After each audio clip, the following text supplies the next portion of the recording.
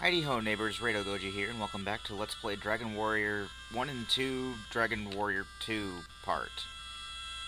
Dragon Warrior 2. When we left off, we started Dragon Warrior 2, and we really haven't done anything except seeing the opening cutscene, so let's just take a look around the town or whatever and see what's what.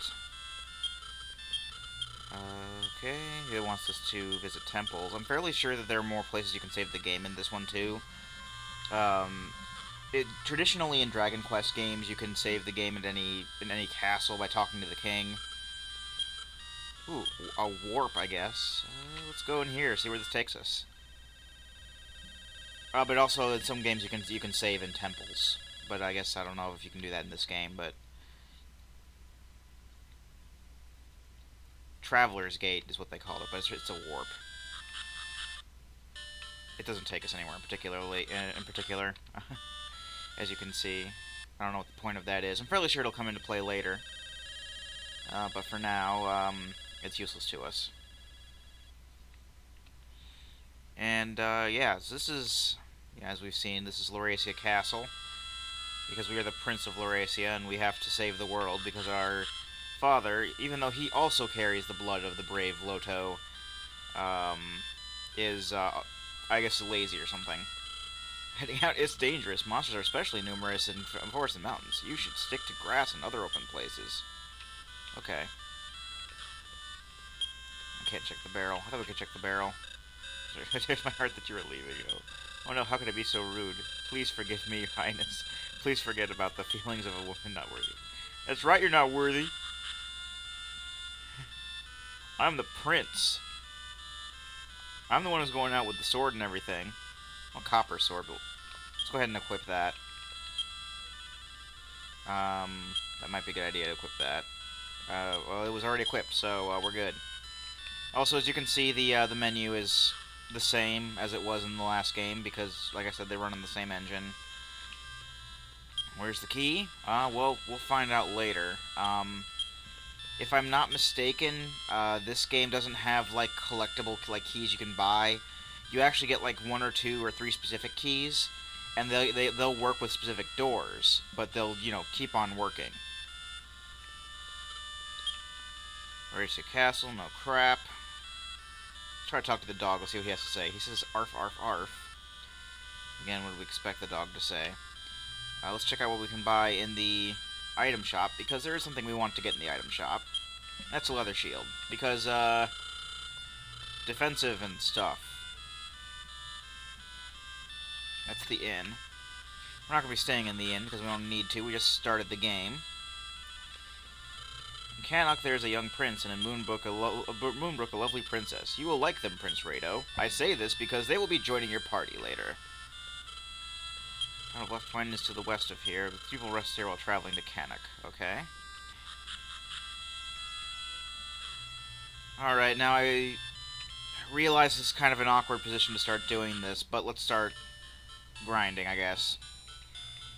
And, because I really don't want to edit too much out, I'm just going to go ahead and do it on screen.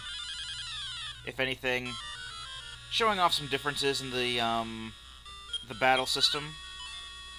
As you can see, first off and foremost, we're fighting 3 slimes at once, not just 1. Monsters are going to start showing up in groups now. It's going to be a fairly rare occurrence when we actually fight 1 monster. So they're going to be in groups, and they're going to be they're going to be lettered. So you have A, B, and C for 1, 2, and 3 slimes there. Also, the music is different, so I guess that's something neat. But I also as a result of fighting more than 1 monster at the same time, we don't get to see pretty backgrounds during battle, but most of that will probably be blocked off when it gets to the point where we have more people in our party anyway. Because we're going to have up to 3 names on the top of the screen there. Also, the number next to the monster, of course, will determine will basically show you exactly how many are in that group. There will be specific items that we'll see later on that will attack groups of monsters. Certain spells will attack groups of monsters.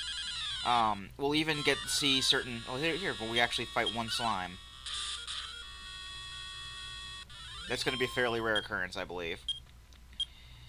We are going to be seeing some weapons and spells that will attack all monsters that are on the screen. And there are even going to be some times where we'll see, like, it looks like one big group of monsters, but it's actually like two of them. Like, it's like, slime A and B might be in one group, and then slime C, D, and E. They'll still be lettered like that, but they'll be like in a group of three instead of one big group of five. So just something to keep in mind. Do be prepared. I guess a little more so. See here, this is a good example of that here. We have one group of two Drakis and one group of one Draki, but they're still, labeled as A, B, and C. So if I had one of those group affecting weapons, I could choose to attack two Drakis at one time, or just the one. Also, when you do attack a group, I don't know if it just attacks the highest lettered one, like A, in this particular, or the lowest lettered one in this case. We need to back off, actually. I just realized that our HP is down to 6. Let's run from this, because I don't know, I can't guarantee that I'm going to survive that. And I want to survive as much as I can. Especially considering the fact that, we don't learn any spells, as I've said before. This character, the Prince of Lorasia, or Lorasia, or I'm going to be, interchanging the two, does not learn spells at all. That will be done by the other two characters that are going to be in our party. But yeah, I don't know if it gets really confusing as to what the groups are and stuff like that, but it's just something to get used to. Be a little more on your toes, more so than I was. Because you're not just fighting one monster at a time. If you're fighting more than one monster that can kick your ass, well, then you're going to get your ass kicked if you're not careful. Whereas before, it was just like, there's these really hard monsters that you're fighting, and, they'll probably take a little longer, but, if you have enough equipment. And I guess it's the same thing here. If you have enough equipment, you're going to come out well enough. I probably should buy some herbs as well. I do want the shield, though. As you've probably seen in many of the RPGs I've been playing. There's some new enemies here, iron ants. I'm very much keen on getting the best equipment I can. I mean, with Baldur's Gate is one thing. I guess it's because of the nature of JRPGs versus Western RPGs. Ooh, critical hit. That's not bad. I kind of want to get rid of these guys and not die. Maybe they'll give me a good amount of experience in gold. Oh, we're going to have enough experience to go to level 2. And our HP went up by 9. We want 90 gold for our shield. And I'm also going to buy a few herbs and things. Because that's going to be fairly important until we get a healer. Which I don't think is going to be for a little while. It won't be too long before we get our second party character. But I think it's pretty much been said in the game already that we're looking for the Prince of Cannock. And he's our... he's basically our mixture character. He's going to be able to use... I wouldn't say mixture character. Our red mage, I guess is a good way to put it. He's going to be able to cast certain spells as well as be able to use certain items and equipment, but he won't be able to use the best spells, nor will he be able to use the best equipment. So he's basically like, the red mage in the party. Whereas we're more of the warrior type, and then I guess the Princess of Moonbrook, is obviously alluded to us. And I kind of already said that she's going to be in our party. She's the mage character, so she can barely equip anything at all, except for like robes and things like that. But she's going to cast all the uber-duber super spells of any kind. So she's going to be doing a lot of damage-dealing spells. She's going to be doing a lot of healing as well. I haven't played this game in a while, so I don't know if I'm going to just have her basically do both. Oh, giant slug. We haven't seen that before either. Some new enemies we'll be seeing in this, obviously. I'll probably have maybe the Prince of Cannock using, I don't know what his name is going to be. We already saw the Princess Moonbrook is named Beth. But the Prince of Cannock, probably, I'll probably have him heal more, if anything, while attacking in between. And then I guess Beth will more or less be doing... Well, I guess I could have her heal as well, because she'll have better healing spells than the Prince of Cannock as well. A slot token. Oh boy. How much are herbs? Because we do want at least... I'm gonna go save for at least 4. I don't know if... I really don't think that they changed the way that the inventory works. So it's probably still a max of 4 in a stack, but we'll see. Equip. That, nothing. Okay, we have our shield equipped now. That's always good. Let's save up for some herbs. And then in the next video, probably, we're going to head off to the next area. We're going to head west toward Cannock. And see if we can't recruit the good prince there. I don't know what his name is yet.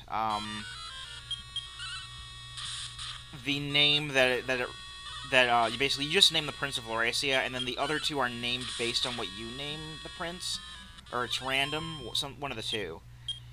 But you don't get to name the other 2 party members; they're automatically named. But again, I don't know if it's random or if it's based on the name that you made the first character. So it really doesn't matter in the grand scheme of things. But we shall see what his name is. All I know is that this guy's named Rado, and the Princess of Moonbrook has already been revealed to be Beth, so let's just leave it at that. We're level 3.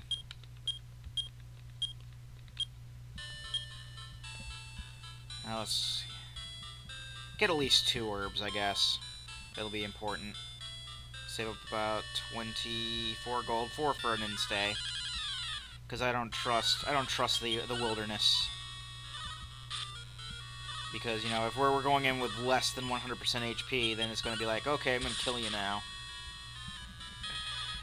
Because that's the way JRPGs are sometimes.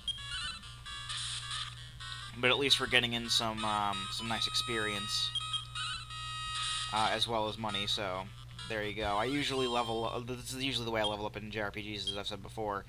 I grind up until I have enough money to get all the equipment that I want. And I hope that by the time I have all the equipment I want, I'm leveled up sufficiently enough. And if I'm not, well, then I'll, just grind for experience and try to aim for a good round-numbered level, like, a multiple of 5, usually. I'll go up, like, maybe 5 levels. And see if that'll work. But also another benefit of being able to fight more than one monster at a time, because... as we've seen, certain things like slimes don't give us a lot of experience, but if they're in groups like that, you get more experience because you're killing off more than one at a time. So, with that, the slimes normally give us like 1 experience and 2 gold, I believe. They kill a group of 3, that's 3 experience and 6 gold. So, I guess less grinding overall, but... Don't push yourself too hard. I just rested. I'm fine. Okay, so Cannock is this way, or at least the town that they were talking about first. I think it was. You have to go northwest. I took a quick look at the the walkthrough and everything before I started heading off. It's been a long time since I played 2, and even when I was playing it on the actual Game Boy cartridge, I never actually beat 2. I got maybe 3/4 of the way through. I don't really remember how far I got. I think I got to the point where I was looking for a Thunder Sword. And I haven't found any world maps for Dragon Warrior 2, so hopefully I'm not going to get too lost. Oh, here we got groups of different enemies. This is going to happen quite a bit too, so... Yeah, this is actually going to happen basically from here on out in the Dragon Warrior games. I am planning on playing Dragon Warrior 3 at some point after this, so not right away. I kind of have to find some. Basically the next game I finish is probably going to be either this or Pokemon, and after that I'm going to start playing A Link to the Past. Anyway, I'll get to all that in the. Okay, that's a peninsula, so all right, let's do one more battle. Like I said, after Baldur's Gate, I'm going to be starting the Elder Scrolls games, so I'm pretty much going to keep it so that I have everything, because I really don't want to do 3 LPs at a time, but the way I have things planned out, I kind of need to if I'm going to, branch out and do other things, because there's going to be, like, one slot is going to be for, your Infinity Engine or Elder Scrolls games, and I'm going to be swapping back and forth between them. I'm going to have my Zelda, and then I'm going to have my third one, which is pretty much every other game. But I'm going to cut the video here for now, find out where the hell I'm going, and when we come back, I'll know where the hell I'm going. I've been Rado Goji, and I'll be here next time. Join me, won't you?